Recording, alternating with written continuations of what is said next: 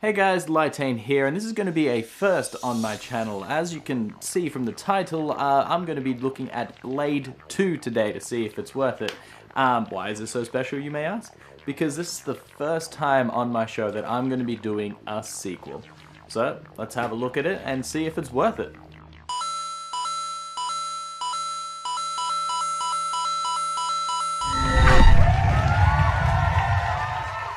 Blade 2 is a direct sequel to the first movie that was released in 2002, which is 4 years after the first movie. But the story picks up 2 years after the first one, so I don't know why they did that.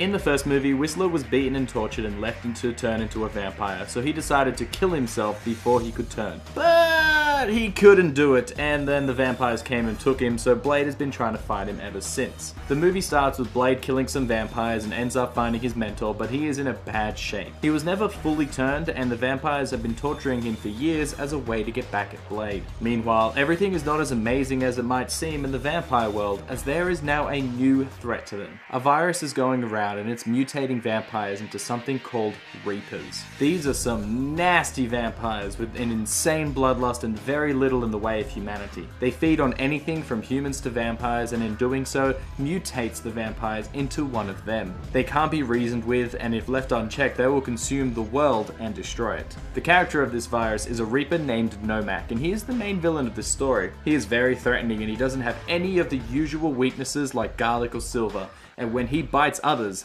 they turn. The vampires need help, and so they go to the only person that they know that could do anything about it, Blade, and they form a very uneasy alliance, with each side looking to double-cross the other whenever they can. It also doesn't help that Blade is having a hard time trusting his own friends. With action galore, lots of crazy fights, and CGI, Blade comes back in this intense sequel, but let's see if it's any good, or if it's just a motherfucker trying to ice skate uphill. Riding on the success of the first movie, Blade 2 tries to up the ante with what the first Blade tried to do. This movie has more fights, more enemies, with Blade taking down both the Reapers and normal vampires, and it has a more involved plot that goes away from the mystical side of things, which the first Blade did, and it focuses a little bit more on the scientific side. In many ways, this film outdoes itself with the fight scenes over the first film because they have a much bigger budget and they use CGI in the fights as well, more so than they used in the first. The CGI can look a little bit silly and floaty at times, with the characters sort of looking like video game characters, but it actually looks pretty impressive, and some of the shots still hold up today. The action scenes in this film is just superb. From the introduction to the new characters to the bar scene fight, it's just all lots of fun. This film also has a bigger cast of personalities, and with that comes a lot more humor and a lot more action and a lot more for Blade to bounce off of as he goes through the film. So now the fights are a little bit more varied. It's not just Blade fighting vampires, it's also Blade with other people fighting them, so they get to cut around and show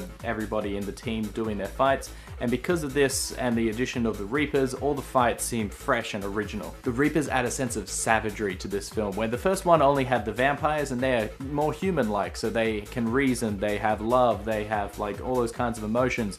But the Reapers don't. Aside from Nomak, all the other Reapers in the film are just hungry beasts. In many ways, it far outdoes the first film, but my major complaint is the very opening scene. The very first film had the bloodbath, and that is such an iconic scene where you get to see Blade be an absolute badass. You have no idea what this movie is going to be, and it just throws you into this amazing fight. But the second film opens with a little bit of a backstory to catch you up on the first film. That's fine, that's alright. But then it starts off with two guys on motorbikes trying to chase down Blade, and then Blade slowly picks them off. It is a lot slower and not as fun. After doing this, he does get the information to find out where Whistler is, so then he can go and fight through some more bad guys in order to rescue him. I honestly think that they should have just opened with him at the compound, already found out where Whistler is, so then he could just start with a bigger fight scene. And if they really wanted to do the motorcycle fight scene, they could have either added it to that fight, or they could have put it somewhere else. But it's a lot weaker compared to the first. That being said, the end of the film, where the final fight scenes are much better than the first. Where the first film had Blade and Frost going at each other, and that fight is kind of lackluster. It doesn't really go on for very long, and it's just kind of a bit silly with the CGI and the what the fudge moment. But in this film, Blade gets to fight Nomak, and it's an actual good fight, and even the fights leading up to that is really, really good. And the use of CG and like I said, the savagery from the Reapers It is a really fun fight, and it's a much more rewarding experience than the first film. So whilst the first film had a better starting fight, the second film has a much better ending. That being said, I still like the Frost fight because it is obscenely silly and goofy, so don't get me wrong, it's not a horrible fight, I just prefer the second one more. As I said, this movie expands upon its cast of characters and introduces a whole bunch of new heroes and villains to the mix, and a lot of them are lots of fun. The Blood Pack are a group that were trained to hunt Blade, and in it is Ron Perlman. He plays Reinhardt. As with a lot of other characters that he does, it is over the top and fun with many quips and jokes to lighten the mood, as well as a lot of animosity between him and Blade. They are a lot of fun to watch together. Nyssa, played by Leonor Varela, is mostly good character and the love interest sort of for the film. Even though she is a vampire, she doesn't really like what they are doing and what they stand for, especially when she meets Blade and how you can live your life without the thirst and not be evil. She is alright in the film, but she is really stiff at times, and her acting is kind of bad. Her dialogue is very shoddy, but her action scenes are still pretty good. So before he was killing zombies and being a badass, Norman Reedus was helping to kill vampires with Blade and the gang as Scud. Due to Whistler being MIA for years, Blade had to get another tech to his cause, and Scud is that guy. While not as technical as Whistler, he is more imaginative. And in the film, he is an alright character, but he can get a little annoying at times as well. So also Donnie Yen is in this film. I had no idea until I re-watched it. You may know him from playing the blind monk in Star Wars Rogue One. It's really cool to see him so young and before he became more famous in the West. There's also a cat in the group as well. Danny John Jules, who was famous for playing Cat on the show Red Dwarf, is also an interesting pick for this movie. Not really known for serious or action movies, whenever I watch this, I make Red Dwarf quotes all the time. I'm going to eat you little fishy. I'm going to eat you little fishy, cause I like little fish. As for the returning cast, there are only two, Blade and Whistler. Karen, the girl from the first movie, is absent, and I don't think they ever say why. She did, however, figure out the cure for being bitten, which Blade uses in the film, so at least she's kind of referenced. Blade is once again played by Wesley Snipes, and he does a pretty good job of it, just like in the first film. He really looks the part, and with the better choreography, his fights look pretty great as well. With the bigger cast, you also get to see some more dialogue from Blade, which is both good and bad. He has some great lines when talking to Reinhardt, but he's still pretty goofy. My biggest complaint about the characters though is that Whistler returns.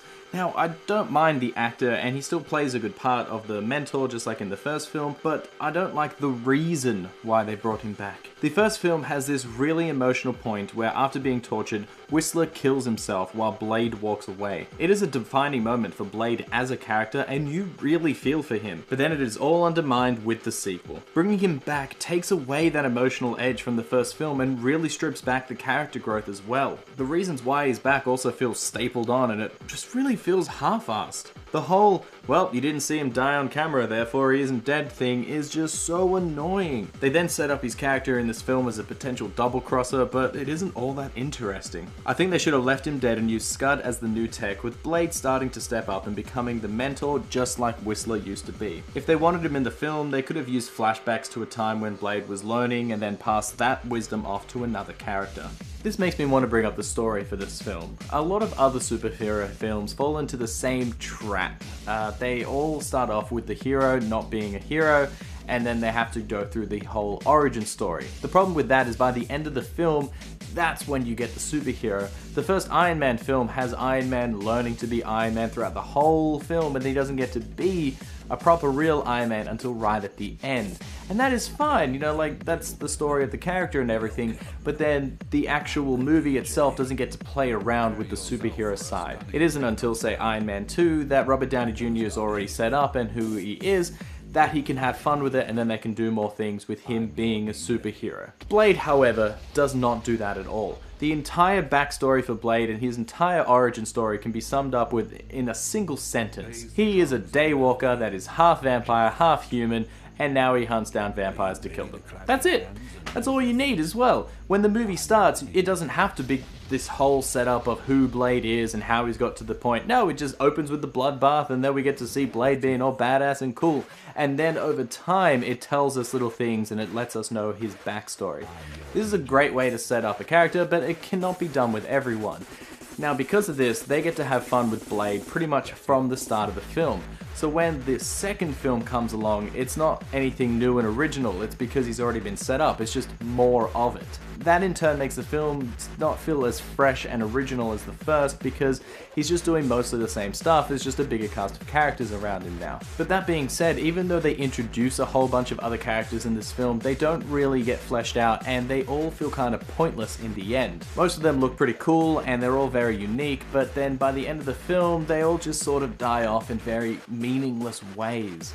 Aside from the main ones being Nyssa and Reinhardt, all the other ones just sort of die off screen or just die really peculiarly, and it's just such a shame. They had so much potential here. They could have really built up better characters and better deaths and better fights with them, but they didn't. The other sort of problem with the story is that they went with the more scientific route this time, with the Reavers being a mutation of the vampires instead of the mystical super vampire from the first movie, and I suppose that's fine in a way, because the new antagonist is fun and actually poses a real threat to Blade and his group, more so than Frost ever did. But everything in this film is by the book. You can tell what's gonna happen, who will betray who, even the so-called twist towards the end can be seen from nearly the beginning. With the addition of new characters, less time is also spent on Blade, and the writing can be pretty cheesy at times, and while that captures the essence of the first film, it's a little worse here. It seems to me that they had the action sequences planned out, and then they sort of fit a story around it.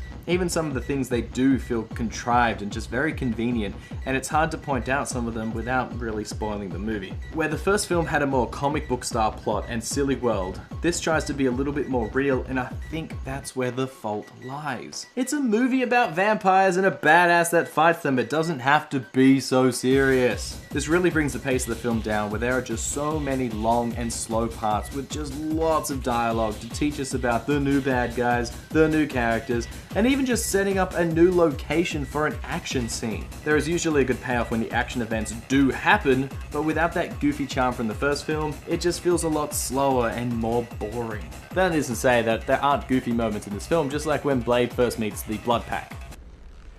I see now. You've been training for 2 years to take me out. And now here I am. Ooh, so exciting, isn't it? And I just want to ask this. Why is Blade wearing sunglasses at nighttime, underground, in a sewer? How can you even see with them on? It just baffles my mind. Reinhardt also does this as well, so it's just a common thing. You just people wearing sunglasses at night underground. Yeah, I'd be doing that too if I ever hung out in sewers. It's just so stupid. I know it makes him look like a badass, but come on. There's also the start of the film where Blade almost hits his car with the motorbike and he just does a... It's so dumb, but it's so fun. I wish there was more of these in the film as well. Blade 2 is a movie that I think is worth it, and trust me, there's not going to be a whole lot of sequels that will get the worth it title. Because Blade is still a fun movie to watch. While it is a lot slower than the first and the pacing is a little bit off, the action scenes and the realistic story do kind of pull you in, and you do want to see how it ends. The characters are mostly good to watch, with each of them unique and interesting enough. It's just a shame they didn't have a great payoff towards the end. With the more threatening villain and the creative kills, this movie does have a lot of fun in its action sequences. It's just the other parts that just slow the movie down, and that can be a little bit of a chore to get through. For Blade's second film, I think he did really well. I would have liked a little bit more of that goofy charm from the first film, because without that, it just sort of is missing something. But, you know, it's still fun, it's still good, and I would still highly recommend watching it. So guys, tell me what you thought about Blade 2. Do you think it's better than the first? Do you think it's worse? I didn't know until recently that it was made by Guillermo del Toro, you know, the guy that does like Hellboy and stuff. That's why Ron Perlman's in it, I bet, because they definitely have a love interest there. It's just like Johnny Depp and Tim Burton. Anyways, so don't mind my rambling. Tell me what you guys think about Blade in the comments below, and don't forget to like and subscribe. But I've tried to stay away from sequels for a little bit, but I thought that this is a good time to have a look at Blade 2, especially because I just rewatched it recently, so I just really want to talk about it, and this is a shit opening.